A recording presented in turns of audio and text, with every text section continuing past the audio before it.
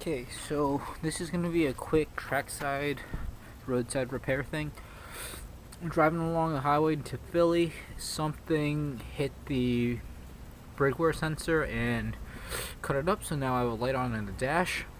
I have a track day coming up, so I don't even have time to get this thing repaired, especially not in Philly. So I'm just going to cut this guy, splice the wires together, turn off the light, and just tuck it away.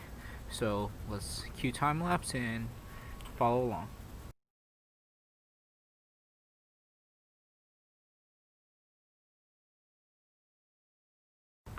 Alright, so got it done.